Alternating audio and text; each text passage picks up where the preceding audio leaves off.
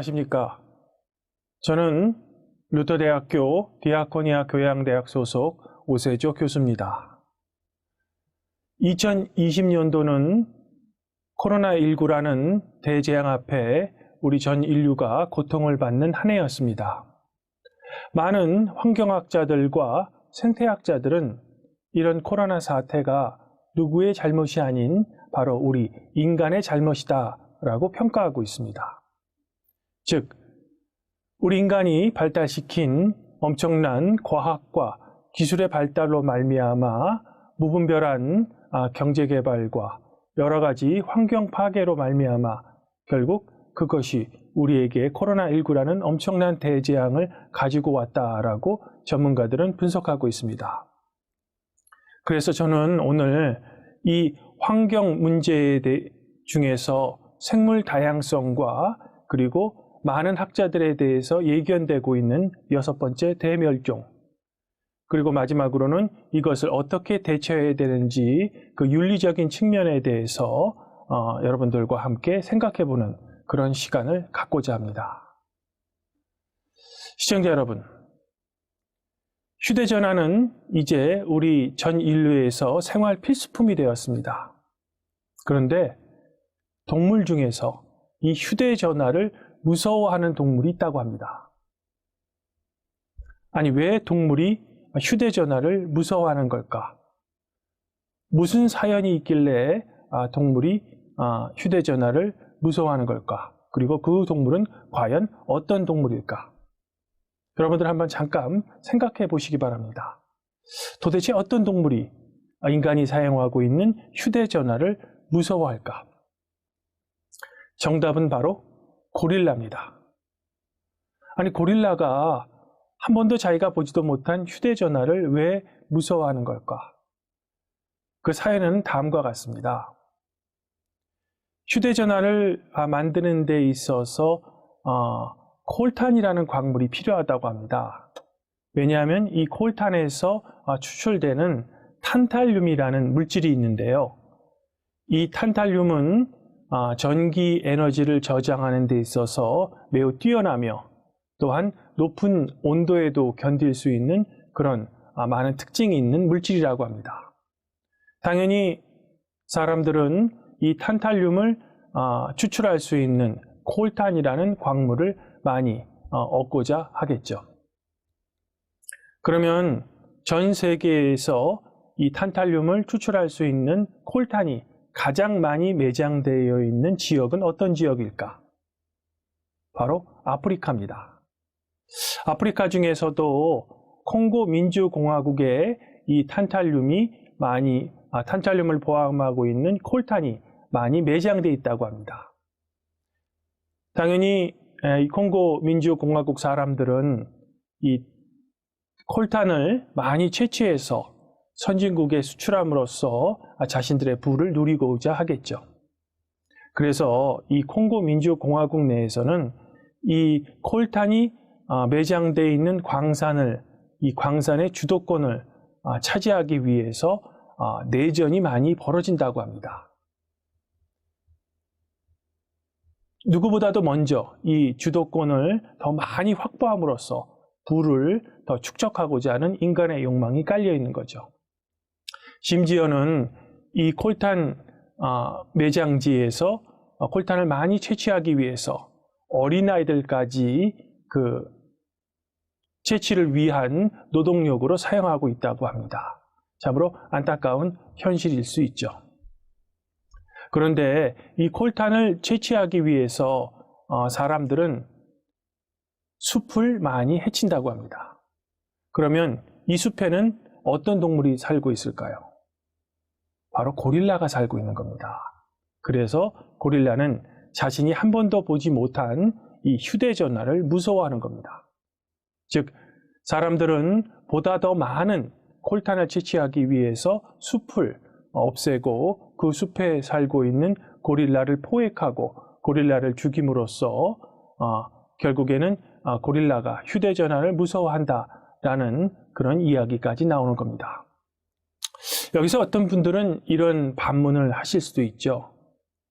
고릴라 한 종이 사라진다고 우리 전체 인류에 뭐 큰 영향이 미칠까? 뭐 이미 우리 인간에 의해서 멸종된 동물들이 많은데 고릴라 한 종이 좀 없어진다고 왜 이렇게 호들갑을 떠는 걸까? 이렇게 반문하는 사람들도 있을 겁니다. 여기서 바로 생물 다양성이라는 주제가 등장합니다. 그러면 지금부터 제가 이 생물 다양성이라는 용어가 어떻게 기원됐고, 그리고 왜 생물 다양성의 감소가 우리 인류에게 위험한지, 그리고 이 생물 다양성이 감소되는 원인은 어떤 것이 있는지, 그리고 이것을 해결하기 위한 우리의 인류의 노력은 어떤 것들이 있는지 차례대로 제가 설명드리도록 하겠습니다.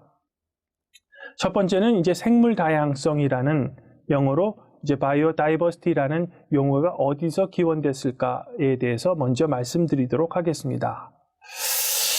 1985년 이 생물 다양성에 대한 국제 포럼이 열렸다고 합니다. 당연히 이제 많은 학자들이 이 포럼에 참가해서 발표하고 또 논문들을 냈겠죠. 이 결과물들을 하버드 대학의 진화 생물학자인 이오 윌슨이 편집자로서 이 포럼 때 발표된 결과물과 많은 발표물들을 출간했는데요. 그 출간물의 제목이 영어로 바이오다이버시티라고 해서 생물 다양성이라고 그 출간문을 낸 겁니다. 그 이후로 많은 사람들은 이 이오 윌슨이 쓴 생물 다양성이라는 용어를 사용하기 시작했으며, 이 생물 다양성이라는 용어는 생물학계뿐만 아니라, 즉 과학계뿐만 아니라 정치, 사회, 경제에서 널리 사용되는 일상 용어가 된 겁니다. 그러면 이 생물 다양성에 대해서 약간 더 말씀드리면, 이 생물 다양성은 세부적으로는 생물종 다양성, 유전자 다양성, 그리고 이제 생태계 다양성 등으로 나눌 수 있는 겁니다. 그러면 왜 생물 다양성이 그렇게 중요한 걸까? 제가 여러분들에게 생물 다양성이 중요한 그 원인을 쉽게 설명드리기 위해서 한 게임을 소개해 드립니다. 여러분들 이제 블록 게임방에 가시면은 젠가 게임이라는 게 있습니다. 여러분들 뭐 한 번쯤은 다 해보셨을 겁니다. 젠가 게임이 뭐냐면 이런 나무 블럭이죠. 나무 블럭을 서로 촘촘히 쌓아 올리는 겁니다. 그 다음에 어떤 뭐 가위바위보 같은 걸로 순서를 결정한 다음에 그 순서에 의해서 그 나무 블럭들을 하나하나씩 빼는 거죠. 처음 한두 개 뺐을 때는 블럭 전체에는 영향이 없습니다. 그러나 블럭을 계속 차례대로 빼다 보면은 어떤 결정적인 블럭을 뺄 때 그 블럭 전체가 무너지는 그런 게임이죠. 그리고 마지막 순간에 그 블럭을 빼는 게임자가 지는 그런 게임입니다. 생물 다양성이 위험한 것은 마치 이 젠가 게임과 비슷합니다. 즉, 한 종이 사라진다고 당장에는 생태계 전체에는 큰 영향은 없어 보입니다. 그러나 계속 종이 멸종될수록 언젠가 가장 그 키가 되는 그런 블록이 빼면 블록 전체가 무너지지, 어떤 특별한 한 종이 멸종되면 생태계 전체가 무너지는 그런 위험한 상황이 올 수 있는 겁니다. 그래서 생물 다양성의 감소의 원인은 마치 젠가 게임처럼 고릴라 한 종이 사라진다고 우리 전체 인류에게 큰 영향은 없어 보입니다. 그러나 계속해서 생물이 사라지기 시작하면, 종이 사라지기 시작하면 언젠가는 생태계 전체가 무너지고 우리 인간은 또 생태계의 한 구성 요원이기 때문에 우리 인류에게도 엄청난 대재앙이 올 수 있는 겁니다. 그래서 생물 다양성 감소가 매우 중요한 겁니다. 그러면 생물 다양성 감소의 원인은 어떤 것들이 있을까? 우리가 이 생물 다양성을 감소하는 그 원인을 알면, 즉 원인을 분석하면 그것을 막고 그것을 해결할 수 있는 그런 해결책을 찾을 수 있기 때문입니다. 사실 어떤 정확한 요소들이 생물 다양성 감소의 원인이 되는지 정확히 규명할 수는 없습니다. 왜냐하면 생물 다양성이라는 것이 이 생태계가 굉장히 복잡하게 얽혀 있기 때문에 어떤 요소들이 정확하게 명백하게 생물 다양성의 감소가 있는지 그것을 정확하게 규명할 수는 없죠. 그러나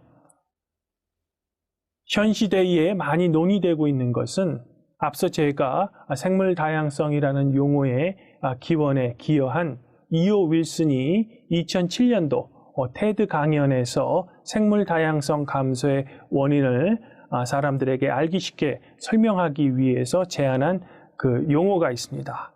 그 용어를 우리가 살펴봄으로써 생물 다양성의 감소의 원인을 우리가 어느 정도는 파악할 수 있습니다.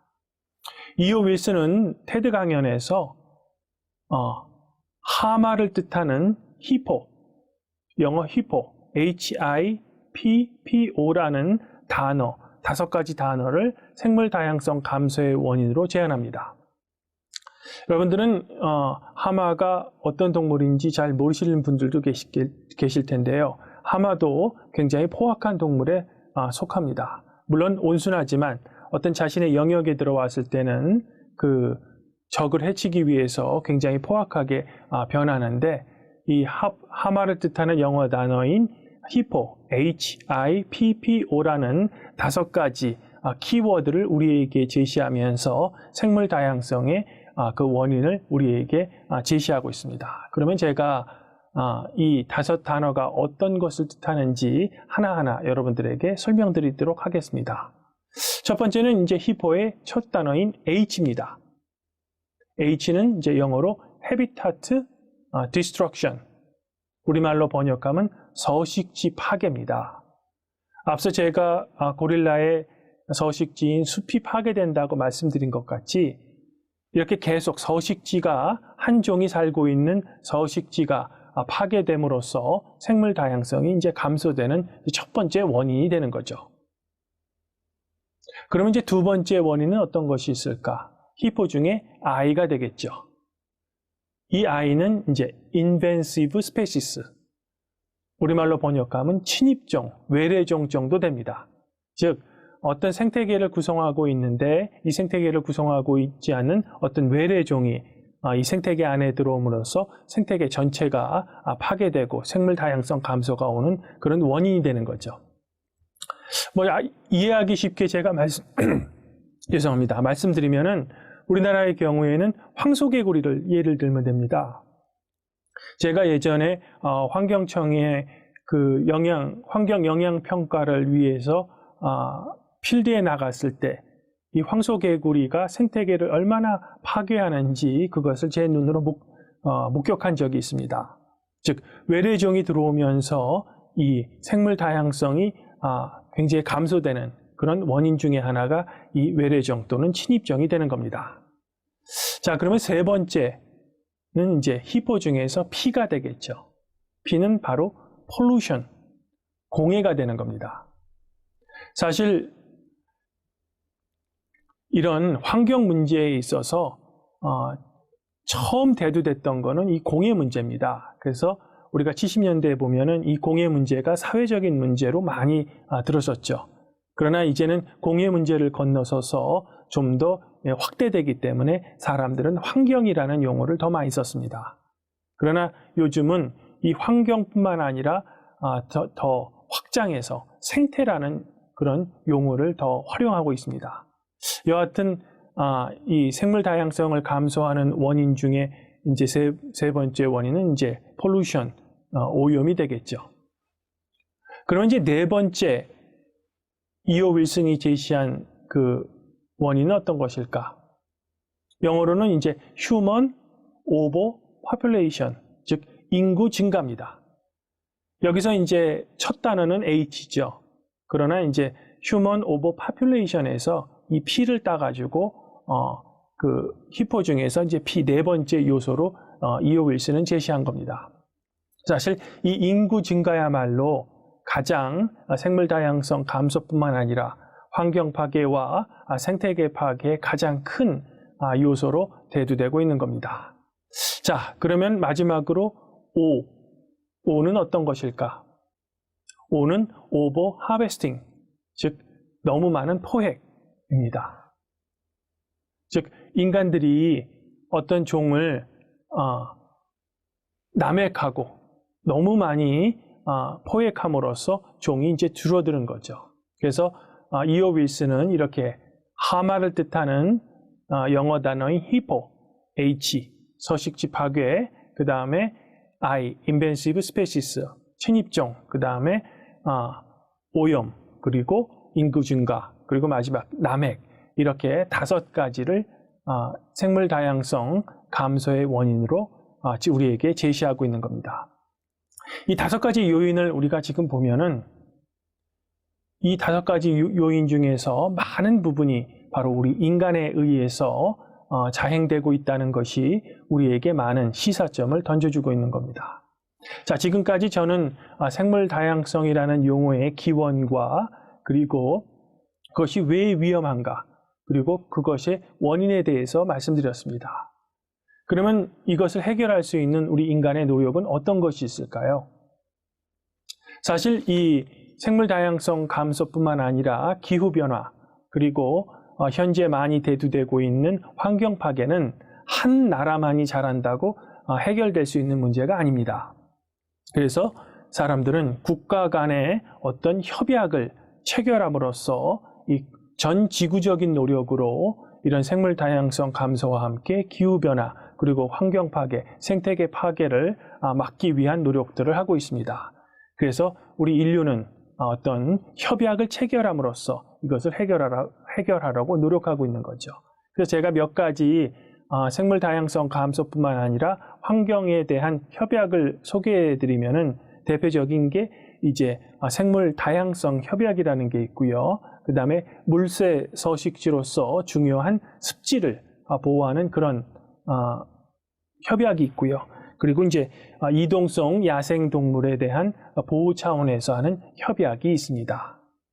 자, 이와 같이 우리는 생물 다양성의 그 의미와 여러 가지 것들을 말씀드렸는데, 여기서 우리는 조금 생각을 더 확장시켜서 우리 생태계의 일원인 우리 인간이 이런 생물 다양성 감소와 함께 생각해야 될 것이 어떤 것이 있는가, 좀 더 생각의 폭을 연장해 보도록 하겠습니다.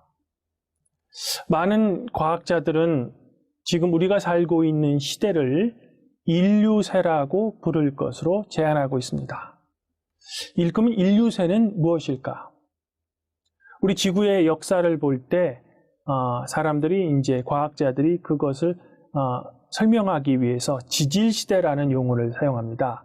여러분들도 많이 들어보셨을 겁니다. 지질시대는 지구의 역사에서 그 시대를 나누는 것으로서 뭐 성캄브리아대라든지 고생대라든지 중생대, 그리고 신생대, 이렇게 나눌 수 있죠. 현재 우리가 살고 있는 지질시대는 신생대 중에서 제4기에 속하며 4기 중에서도 홀로세에 살고 있습니다. 그러나 일련의 과학자들은 지금 우리가 살고 있는 이 시대를 홀로세가 아니라 인류세라고 부를 것으로 제안하고 있습니다. 특별히 유진 스토마 박사와 그 다음에 노벨상을 수상했던 대기화학자인 파울 크리천 박사가 지금 우리가 살고 있는 시대를 이제 더 이상 홀로세로 부르지 말고 인류세라는 새로운 시대로 부를 것을 제안하고 있습니다. 물론 이 지질 시대를 규정하는 국제 층서위원회에서는 아직 이 인류세라는 용어를 공식적으로 받아들인 것은 아닙니다.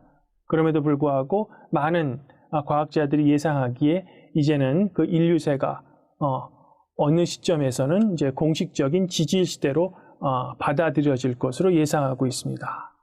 그러면 이 홀로세가 언제 끝나고 인류세가 어디서부터 인류세라고 부를 거냐? 그 후보군들이 있겠죠. 첫 번째 후보군은 이제 산업혁명이 시작된 그 시점부터 홀로세가 끝나고 인류세로 부르자라는 그런 제안이 있고요. 두 번째는 1950년대 핵실험이 시작된 때부터 어떤 인간의 그런 영향이 이제 환경에 미침으로써 이 1950년대 핵실험이 시작된 때부터 이제 홀로세를 끝내고 인류세로 부를 것이라고 하고 이 두 후보군이 제시되고 있는 겁니다. 자, 어느 정도로 이제 환경에 영향을 받았던 우리 인간이 이젠 역으로 우리 환경을 파괴하고 얼마나 인간의 그런 무분별한 개발과 그리고 인간의 활동이 이제 생태계에 어떤 영향을 끼칠 수 있는가라는 것을 이제 우리들에게 스스로 자각하기 위해서 지질시대 중에서 이제 홀로세로 부를 것을 이제 제안하고 있는 겁니다. 바로 이제 우리 스스로 경각심을 갖자라는 거죠. 그런데 이 홀로세와 함께 많은 과학자들이 또 우리에게 경고하는 것이 있습니다. 바로 6번째 대멸종입니다. 지금까지 지구의 역사에서는 총 5번의 대멸종이 있었습니다. 마지막 5번째 대멸종은 여러분들도 잘 아시는 것인 공룡의 멸종입니다. 6,500만 년 전에 어떤 유성이 지구에 떨어짐으로써 공룡이 멸종하고 그 다음에 이제 포유류가 나왔죠. 이 다음에 이제 우리의 미래에 있을 멸종은 이제 6번째 멸종이다라는 겁니다. 그리고 그 멸종의 대상은 다름 아닌 우리 자신들이라는 거죠.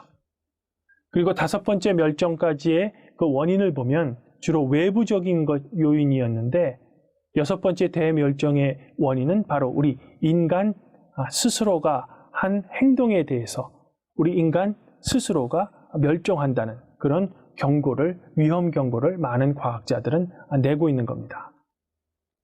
참, 우리에게 현 시대를 살아가는 우리에게 많은 것들을 생각하고 숙고할 수 있는 그런 내용들이죠.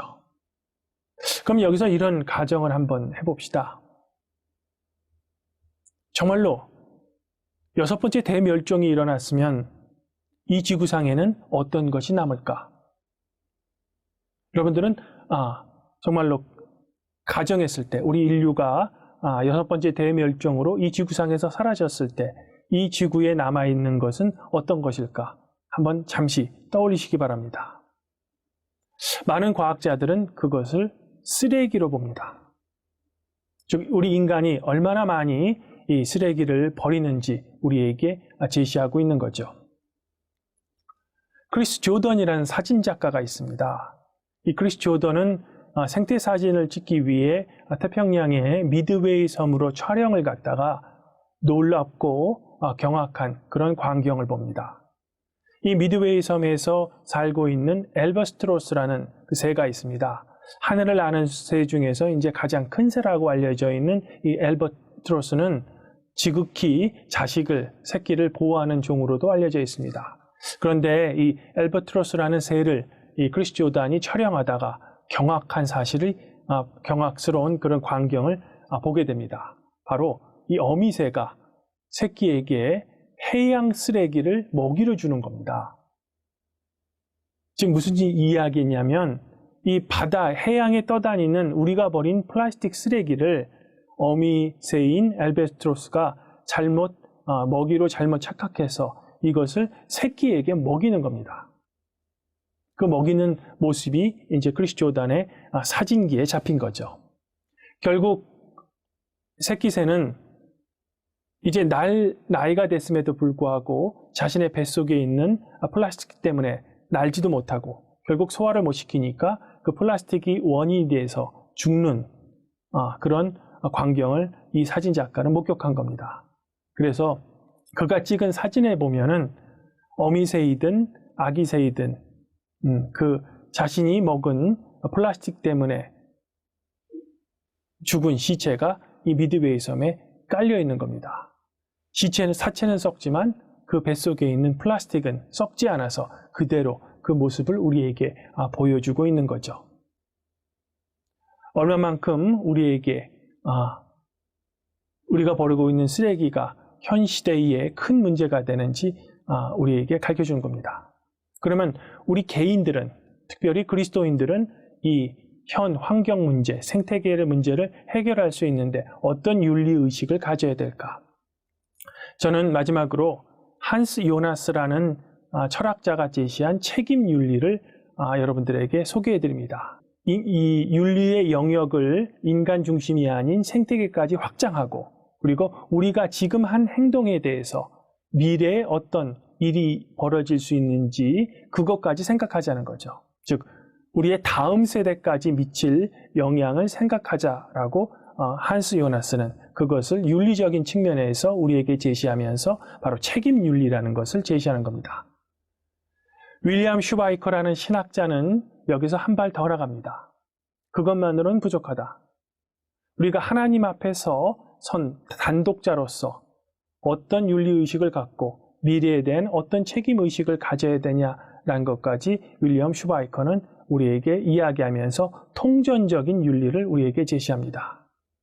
자, 지금까지 저는 생물 다양성 감소와 함께 여러 가지 것을 여러분들에게 말씀드리면서 이 코로나19로 고통받는 우리 현 시대에 우리가 어떤 윤리의식을 갖고 살아가야 되는지 그 윤리에 대해서 마지막으로 여러분들한테 말씀드렸습니다.